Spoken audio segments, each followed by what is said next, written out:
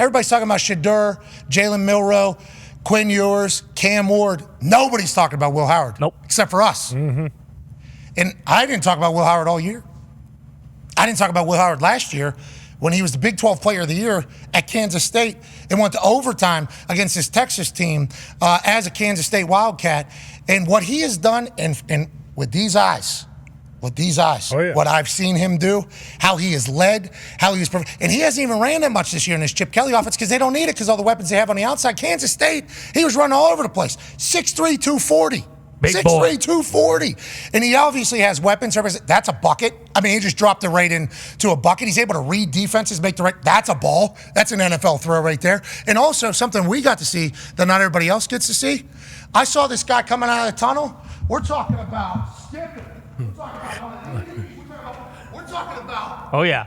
Moxie. Or swag. Yeah, we're talking about a little bit of, you know. Gumption. We're talking a little. He's got some gut sack. Had a shiesty on whenever he was playing against Tennessee. Obviously, no sleeves. It's like, I like this guy. I like him a lot.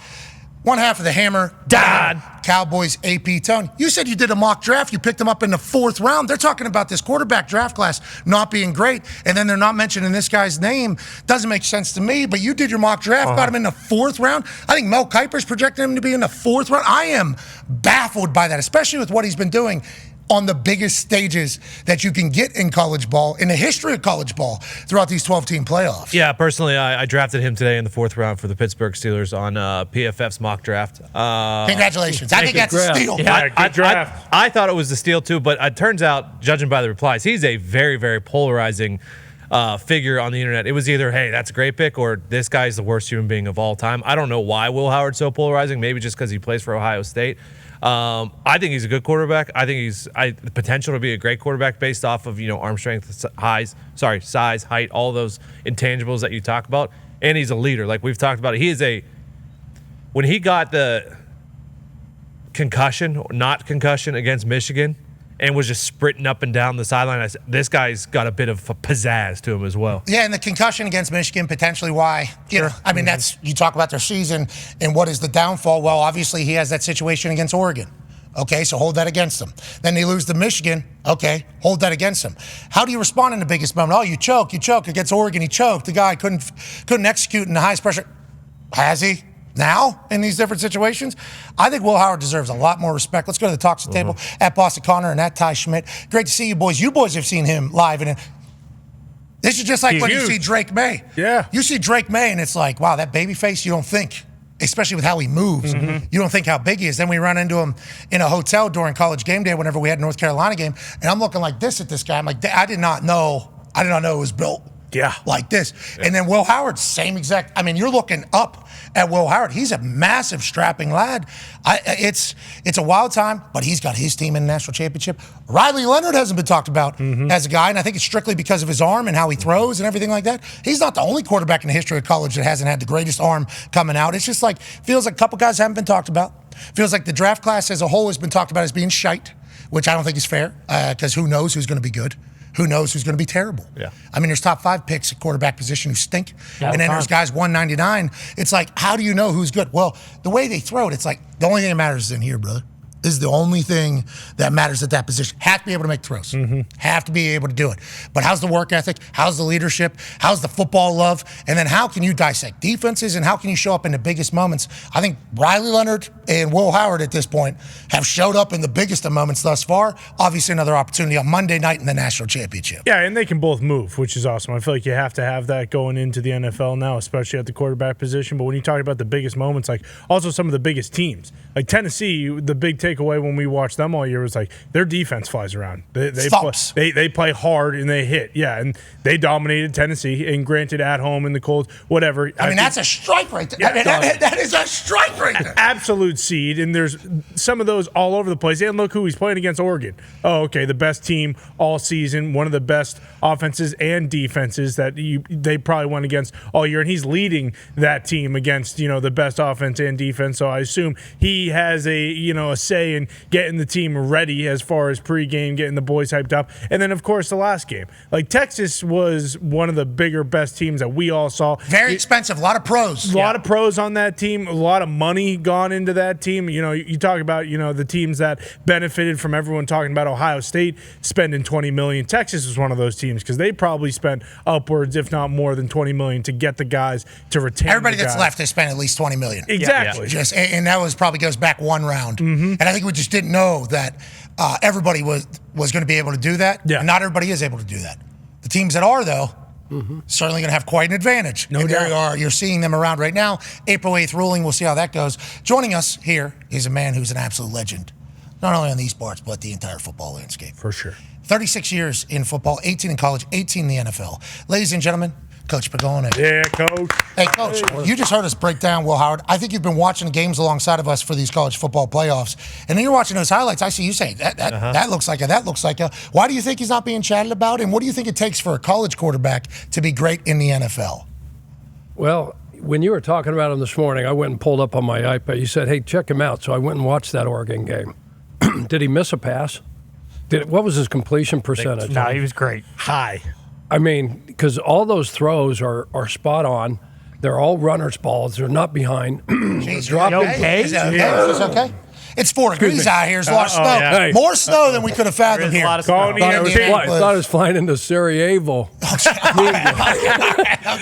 It looked Good like call. the front. There is nothing Or out Green there. Bay, whatever. Or Minnesota, any of the cold-ass There towns. you go. Indianapolis is not normally a snow place because it's so windy. You know, so normally it's the crop snow, it's thin snow, you know, it's snowball Shite. snow. Wintry It's mix. Yeah, it's normally quick in, quick out. You normally are able to see just grass. It's normally frozen, Yeah. but you don't normally see.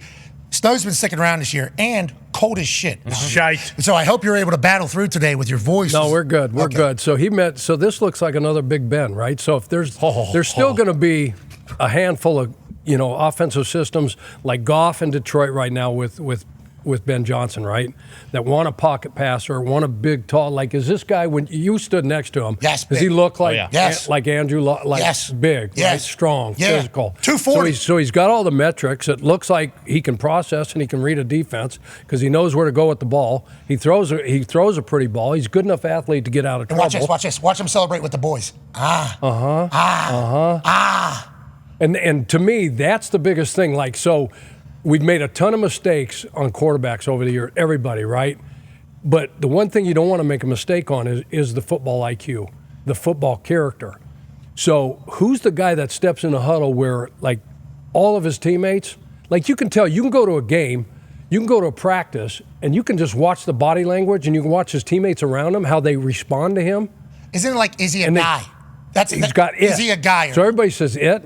So you go to those practices, you go to those games, and you can see it, like the way his teammates respond and the way they rally around him and how he, celebrates with his teammate. Like, you can see a guy like, guys, like, they score a touchdown, like nobody's around him, or he goes by him, like, that guy's a Nobody dick. went to his birthday Nobody party. nobody. Wow. So it looks like he has it. Yeah, I think so. And as he was doing that celebration, he literally just was staring through my soul because I do believe I picked against them in that particular game. No. You picked I Ohio picked State. one of the minus three. Yeah, so basically he was looking over at us, though, and it's like he has a handshake with all his teammates, all of them. He's brand new, and he's played so much football. He has played 5 years now of football at it's a lot of plays. So people talk like, why was Bo Nix able to succeed so much? It's like he played a lot of football. 60 starts. A lot of football. Accurate, too. He was able to complete a lot of passes. Yeah. You just talked about that. C.J. Stroud. Why was C.J. Stroud played a lot of football? Jaden Daniels, a lot of football. Like, this dude has played a lot of college ball. I'm not saying that's going to be an abnormal thing going forward because I think a lot more people are sticking around because NIL money's more than rookie year money, even though second year money, third year money, fourth year money, second contract money are in a stratosphere that no NIL will ever be able to get to. So you're kind of delaying your path to that, but you're certainly getting paid a lot more money than you probably would your rookie season as a salary. So I think it's going to keep guys in playing more football, but it's like, I think this guy's special right here. I think this dude is a guy. I think he's a guy. And the fact that I think the draft process, because they're putting him in the fourth round, I think he's going to have to go through the combine. He's going to have to grind it out. Like, he's going to have to do very well. That's a big day for him. I think his pro day is going to have to be a big day. I think his interviews are going to have to go very well. You know, some quarterbacks at this stage, especially with the amount of success that he has had, certainly with what his team is having now, even though Riley Leonard on the other side is like, I play a lot of football too. Yeah. What are we? I'm elite. My guys love me. Duke. What I've been able to, right? yeah, Duke and Notre Dame. It's like they're thinking the same exact thing. I think this year, this draft process, we're going to have to see these guys prove themselves. And it's the first time we've seen that in a long time at the quarterback position, Ty. Well, and we'll see. I mean, like, everything obviously changes. If he goes to the combine and runs like a 4.7 or like a 4.65, you know, then I feel like that's one of those things where it's like, oh, okay, maybe he's much more athletic than we thought he is. But you think because the Chip Kelly offense, he hasn't been moving much. I think so. They so. say big, mayonnaise.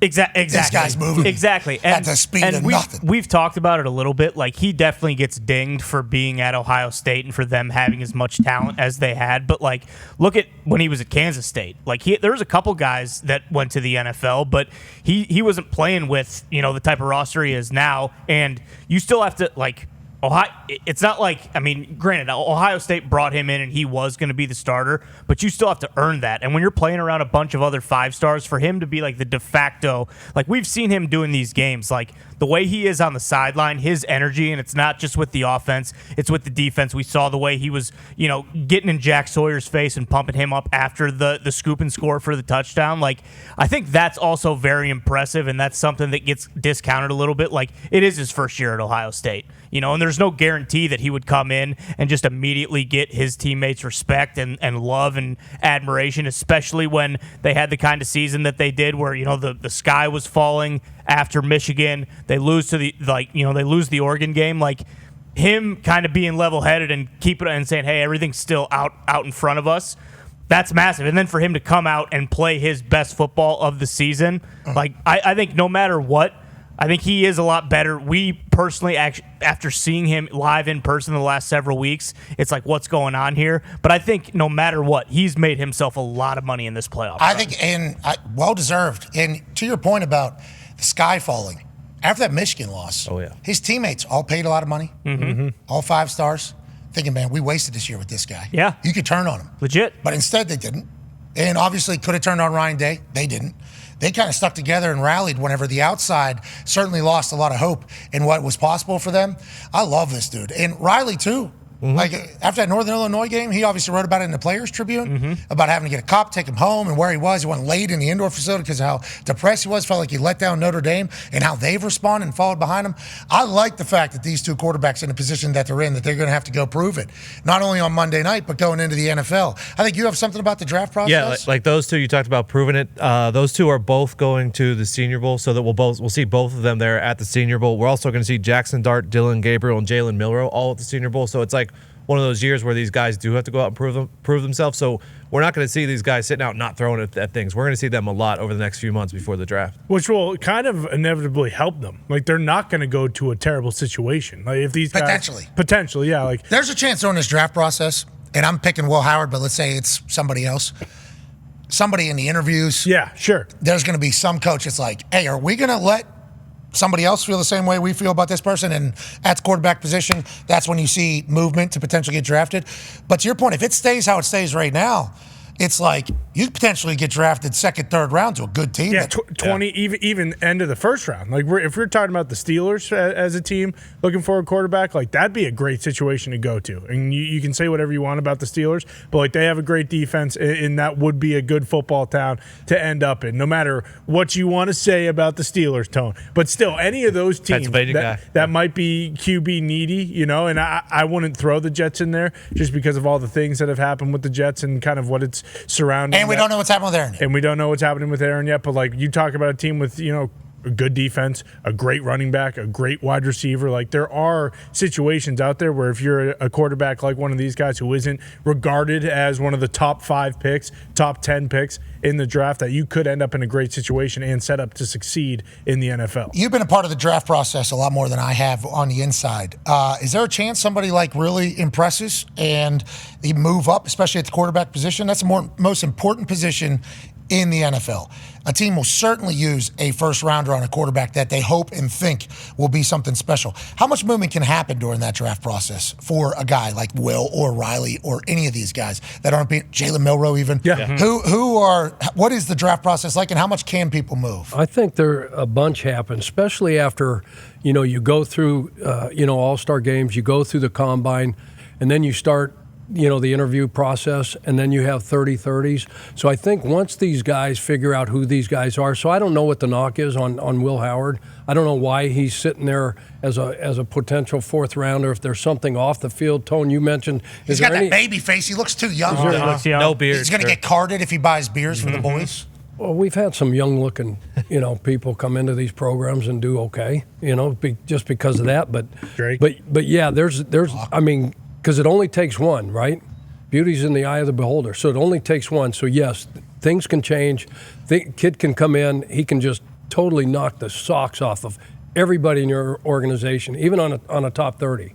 Like, okay, wow, this guy. And then as soon as they get to break down and listen to him dissect the film, I'm sure like Sean Payton when he went and did Bo, and he knew beyond a shadow of a doubt, okay, this is the next human that I want to work with.